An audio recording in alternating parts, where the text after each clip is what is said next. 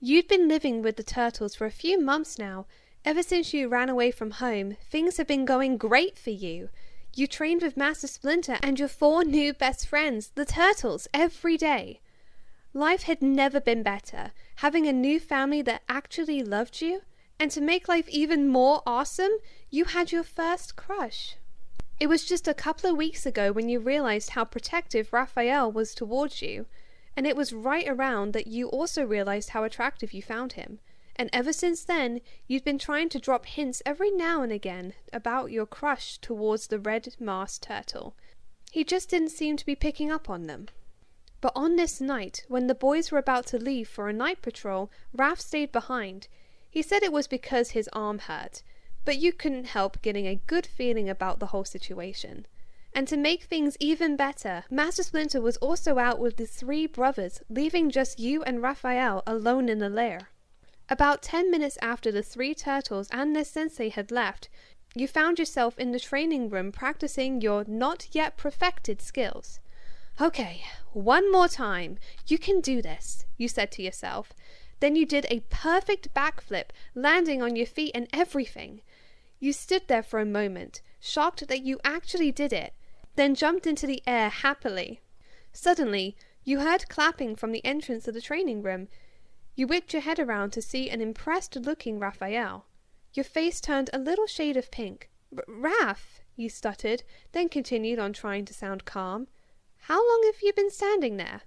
"Long enough to see some of your awesome moves," he complimented with a smirk, and then walked over to you and asked, "Want to spar?"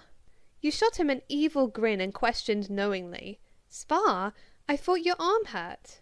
"I iced it," he replied, still smirking. You paused for a minute, then answered, "You're on."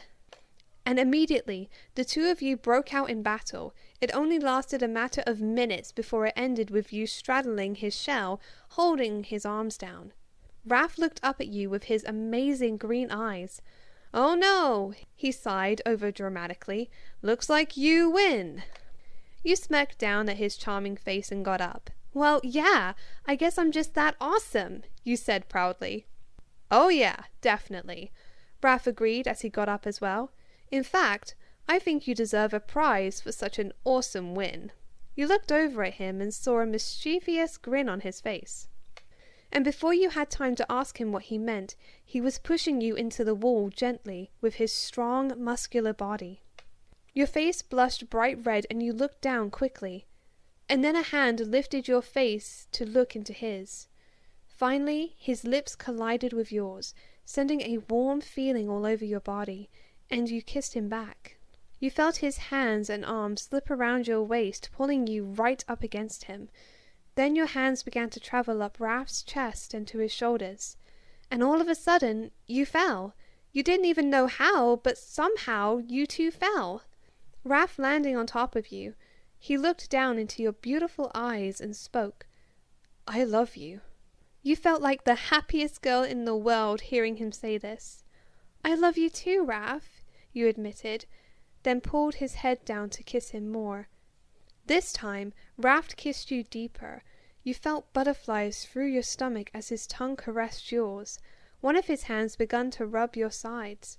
You cupped your hands around his neck again, biting his bottom lip delicately, driving him crazy. And when things finally settled down, you and Raph fell asleep, holding each other comfortably.